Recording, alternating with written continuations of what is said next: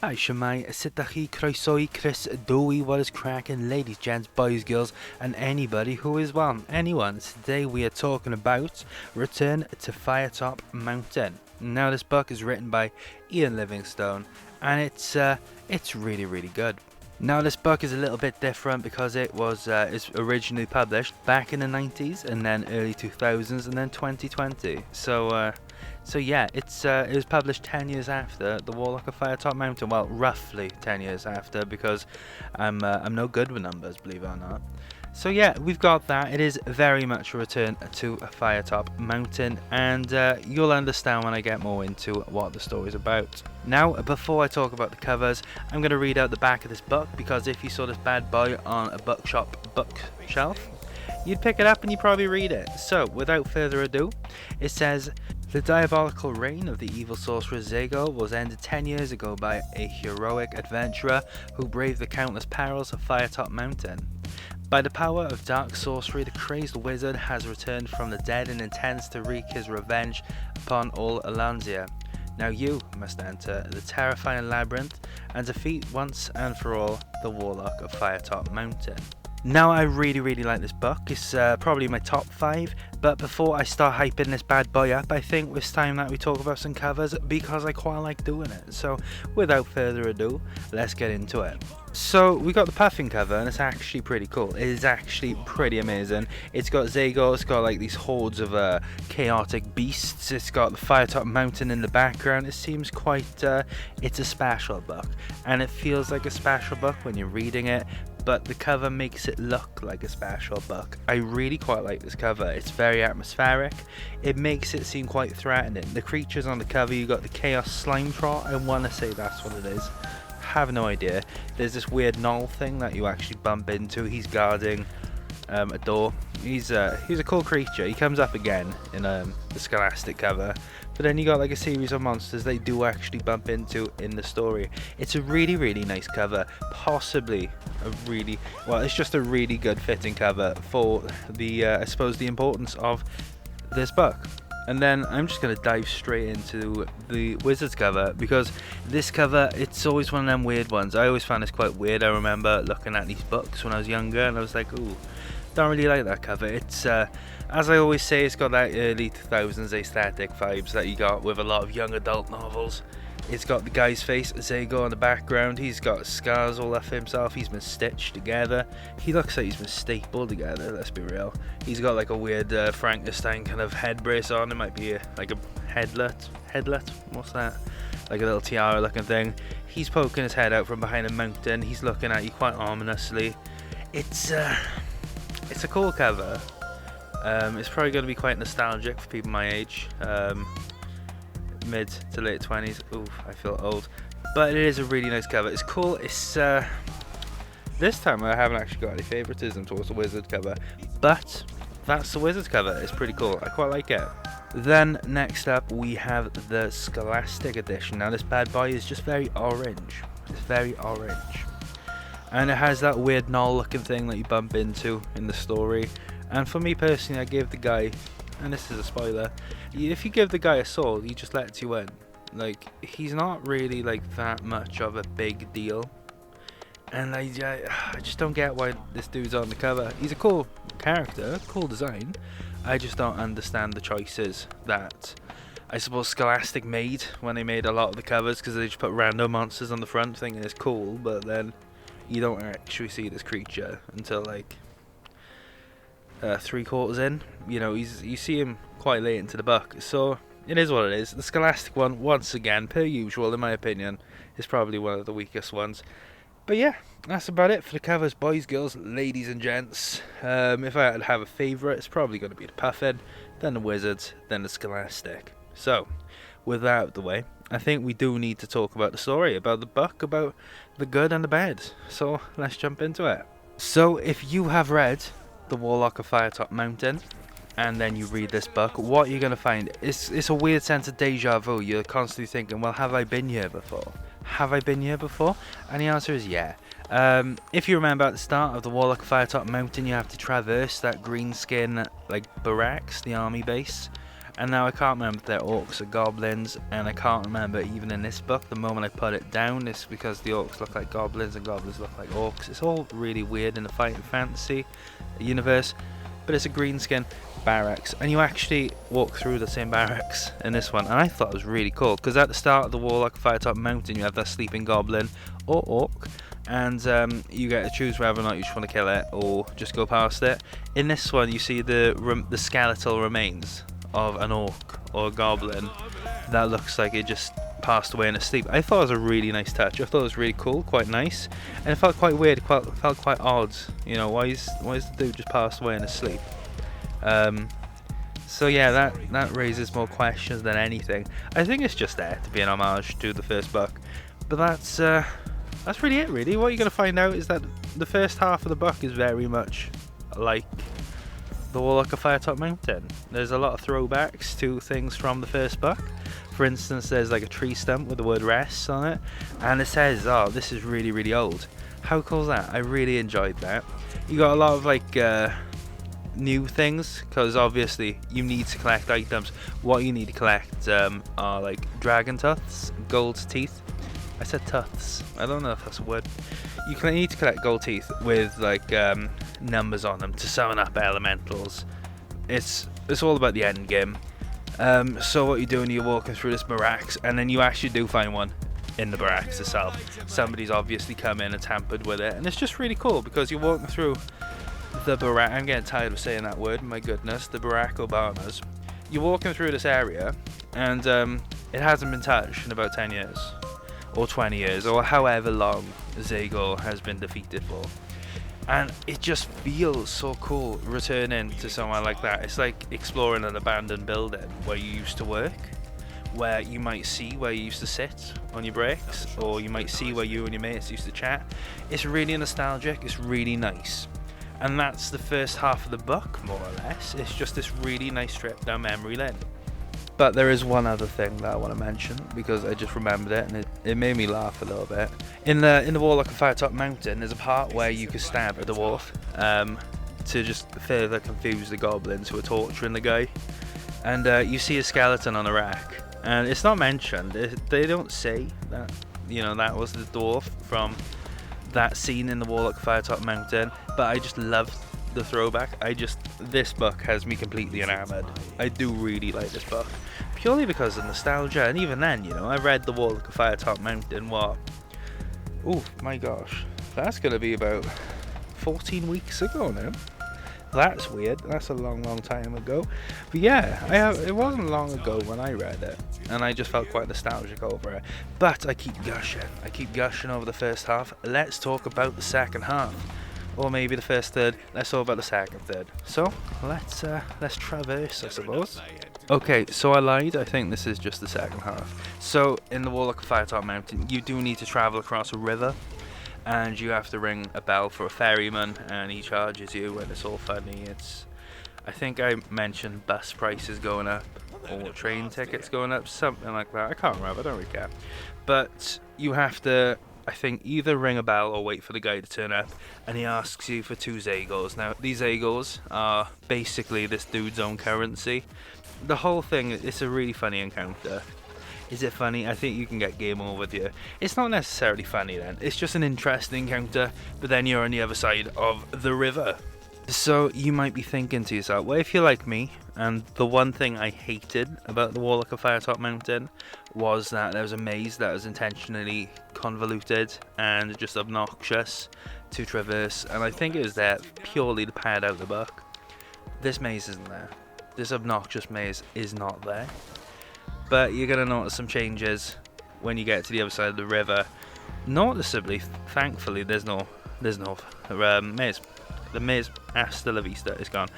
But this is also where, if you go onto Goodreads, you're going to see a lot of people mentioning this bit, because you get a few handicaps, I suppose.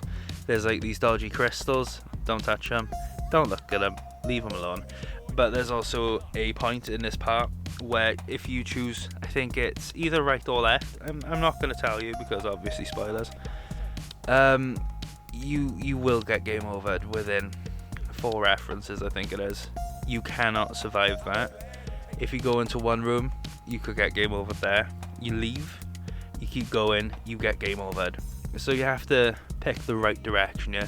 And this really annoyed a lot of people on Goodreads, from what I can gather, because it falls down to that old fighting fantasy trope where they just don't give you any contextual clues.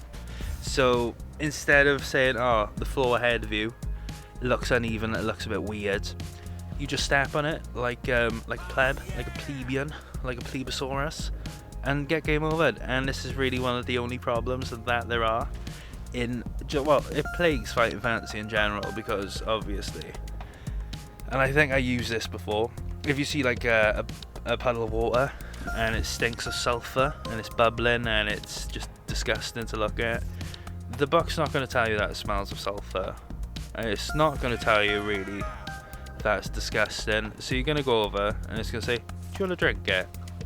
And you might click yeah, because you're like, oh, that might be magic, but no, you just drank poison. Hasta la vista, game over. And it's a problem that a lot of the fighting fantasy books have, if not all of them. A lot of the deaths, the game overs, the instant game overs, feel cheap because there are no contextual clues. And say it was like a video game like Skyrim or Oblivion was a bit better in my opinion, you'd be able to see that looks suspicious. If it's like a trapped treasure chest, you'll be able to see that there's a bit of rope connecting whatever. But in these books, they don't give you contextual clues, and it does cheapen it a lot when it game overs you. And that really seems to be what annoyed most people on Goodreads. There's a non-contextual insta-death in this book. It's just a 50-50, you know, you could either go right or left. If you go the wrong way, game over. But with that out of the way, because I think that's really the only complaint that people have about this book, let's talk about some of the nicer things. So, I was talking about the second half of the book, and I got massively carried away. The second half of the book is actually pretty good. It's good because obviously that maze isn't there. Obviously you've got that non-contextual insta game over. That's difficult to avoid if you don't know in advance. But this part of the book's actually pretty good. This part of the book's actually pretty good. The only downside is that there's like an encounter where you have to count gold coins on the page. Now, maybe it's because I was very tired whilst doing it. I could not figure out how many coins there were. And call me lazy, I really didn't want to have to count how many coins there were. Like, why, bro? In real life, I'd be able to go through it in a few seconds. But when it's in a book, it's just really annoying to read. And this guy, he was alright. Like, it was a fun encounter, it's just really annoying. It made the change, though, having to get contextual clues from the illustration for a change, rather than just, like, weird hints in the text. It was really nice. There's also, there's also a vampire. The vampire's pretty cool. He's not really that impressive, to be honest. I think they could have done a lot more with him, but let's be real, this book came out in the 90s. It's a bit late. They're probably not gonna do anything else with him. He was just cool. He was like a Yu-Gi-Oh monster, that kind of fantasy vampire. He was one of those vampires you'd see a lot in Warhammer Fantasy before they've all got revamped. What I'm really doing is just biding my time, because I don't really want to talk about the Zagor fight yet, but I suppose I have to. No, actually, yeah, there's that null monster. You bump into him, give him a sword, he lets you through the door. So, the Zagor fight, it's really, really cool. It's sort of like Pokemon in a weird sense. It's very much like Pokemon, because you're chucking down elementals and they just fight each other. The only thing is, though, you throughout the book you have to read pages, and you need a magnifying glass for all of these pages, and it'll tell you which elemental fights which elemental and what reference to turn to. It's really, really annoying. But I think you only needed 2 elementals. I can't really remember. I think there's a part where you meet Yaztromo, and he's like, yeah, you only need this many elementals, but if you have more, well, good on you. And yeah, I think I actually got them all. You get them all pretty easily. They're all quite accessible, is that the word? You don't have to look that hard. Now, apologies if you can hear a motorbike in the background. There is currently a guy or a gal or whatever their pronoun is, just driving up and down the road really, really loudly. It's really annoying, let's be real. It is actually quite annoying because everyone here complains about the noise and then they're all making stupid amounts of noise themselves. It's a circle of a life, except it's not the Lion King. Back on topic, you got the Zago fight where it's like Pokemon, where you just chuck your Pokemon into a battle arena and then they fight each other, except you get game overed if you don't have the right ones or enough of them. And then you actually fight the guy himself and he's like, yo, we're equally matched. You grab this big knife, I grab this big knife, whoever wins, wins. And yeah, that's about it really. You hopefully you defeat him, and then it just plays out like, oddly enough, exactly, no, I don't think it was exactly like I think the first one, Warlock Firetop Mountain, I think you needed items to actually unlock the treasure, otherwise it just says, yeah, sorry bro, you're screwed. In this one, yeah, you just get the treasure. You take, I think, the corpse back to Anvil, and then the dude's like, suspiciously, is he still alive? Is he coming back to life? And it sort of ends on this weird cliffhanger where they could realistically write another book where you go back to Firetop Mountain, but would that be annoying? I don't know. It'd be interesting because at the end of the day you're traveling through the decrepit green skin barracks. That's quite fun, but I don't know how I'd do it now. It would just be super dusty, filled with undead, and then you'd have Zago, and he would absolutely need another gimmick other than just being undead and pieced together. I don't know, maybe he'd be a necromancer. That sounds like a decent read. I'd read that if Zago came back as a necromancer. That'd be pretty cool. But I am digressing. So, what do I think of this book? So on my Goodreads, I gave this a 5-star. Now, with my Goodreads, I tend to be quite, what's the word, bipolar when it comes down to my reviews. They either get 5 stars, or I review them properly, and it might be a 3 or 4. This book's genuinely really good. Now, with the Warlock of Firetop Mountain, I enjoyed it initially, but then the maze really bothered me, because the maze just felt like a cheap trick to pad out a short story. With this one, there is no maze. You have plenty of fun encounters, plenty of interesting people. There's a mushroom man who just gives you a mushroom. I love that dude, he was cool. There's a part where you even pick up like a shield and then immediately you're thrust into like a scenario where if you haven't got the shield you can get hit with a knife. That was cool. There's a goblin dude, if you chase him he blow darts you in the neck and I think you insta game over. That was cool. I accidentally flipped that reference so I knew to avoid him. That wasn't too cool, that's quite weird, but that's just what happens with these books, you can't avoid that. But when it comes down to the return to Firetop Mountain, there are far more good points than there are bad points. Because I spoke about how on Goodreads people complained about that instant game over. It's okay, like, if you're playing these books, generally what I do, if it's like a non-contextual death, well, you know, just go back. Because at the end of the day, if you were in your adventurous shoes, you'd know, you would be able to tell. But then it's purposely made so you can't tell, with the intention of getting you game overed. So, you know, it is that. If you do choose to read that, just make sure you know what reference you are on. And if you get to that point, try to make note of where you were. You know, I think there's a part where there's a bit of artwork not far before it. But with the bad points, there are very few, man. I could say that maybe is a bit boring traversing the barracks, but in all honesty, it's been, 14 weeks since I've been there? I don't really care. It sounds cool. I can vaguely remember it. I remember recording the gameplay more than I do recording the video. And even then, it's because I played the game on the Switch, and I can visually imagine where I'm going, but it was fun. It was fun. Maybe they could have done a bit more, but at the end of the day, I can't complain. This book, in my honest opinion, is probably one of my top 5s. It's a good book. And it's a good book because of nostalgia, but it's a good book because of nostalgia done right. You know, when you look at Netflix today, we've got stuff like Stranger Things. And now Stranger Things is actually a really good series in my opinion. But it does sort of try to sap into your nostalgia. And then other franchises, films, series, whatevers, they do the same, but then they might do it poorly, and you might just be annoyed. With this one, yeah, it saps off your nostalgia, but it does it in a way where it's just fun. This book is fun, and I think that's where I'm going to leave it, guys. This book is actually pretty fun. I gave it 5 out of 5 on Goodreads because it's good, because it's just a good book. You would be silly not to enjoy this book. So yeah, that's about it, guys. I just want to say, if you're commenting on these videos, I just want to say thanks. I do actually read them. I do try to like them all. Sometimes it's weird because I don't get a notification when people, respond to any of these videos and leave comments, because obviously this is just a regular YouTube account where I've got like subscriptions already. So 9 times out of 10, it's just like, oh, so-and-so's put this video out, and then it just won't tell me about comments. So if I don't actually respond to it, I do try to like it, especially if I only realize you responded late because I don't get notifications. Not to be rude, like, I just want to give you a like, but yeah, that out of the way, I just want to say thanks for watching these videos.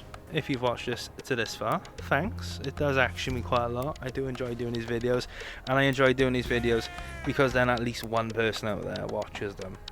So yeah, thanks, and hopefully you'll be here next Thursday. Next Thursday I am hoping to do more than one upload. That's gonna be whatever it is. If I don't do more than one upload, I don't do it. It is what it is.